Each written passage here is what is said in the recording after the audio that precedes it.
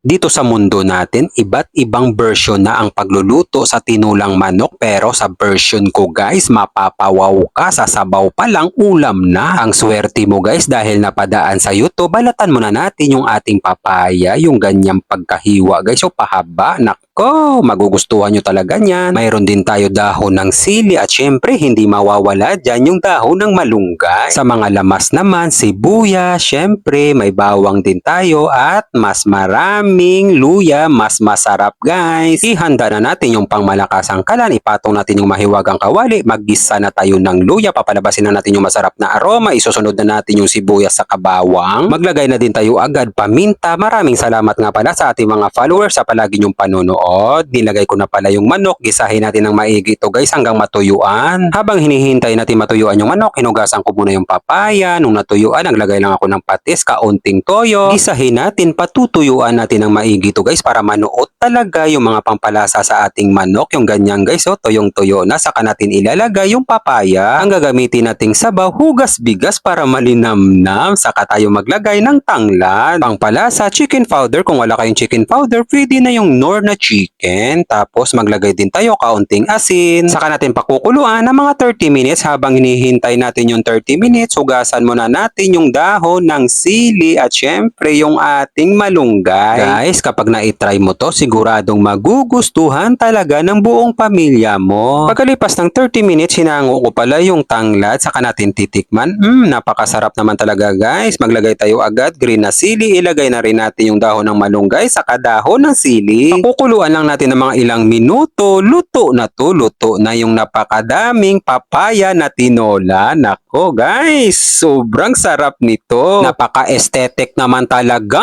Isang ektaryang kanin ang mauubos mo. At kung mapadaan man sa iyo to, wala ng plano-plano, magluto ka na rin ito. Maraming salamat nga pala sa ating mga kababayang OFW. Kayo palagi kung saang bansa man kayo at isasama ko kayo palagi sa mga panalangin ko. Maraming salamat God sa biyaya na binibigay nyo sa araw-araw. Sabaw muna tayo guys, napakasarap naman talaga. Tapos kuha tayo ng papaya, tapos sausaw natin sa toyo. Napakasarap guys. Ulitin natin guys, kuha tayo ulit ng papaya, tapos sausaw natin sa toyo. Grabe guys, napakasarap naman talaga. Tapos toyo, tapos ibubuhos mo sa manok. Sabay subo guys.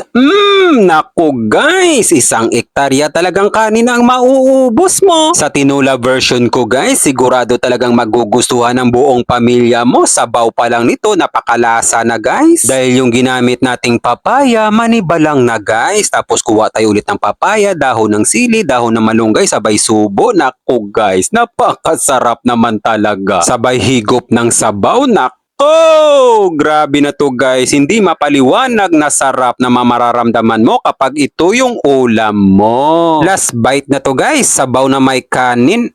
Grabe naman talaga. Napakasarap naman talaga guys.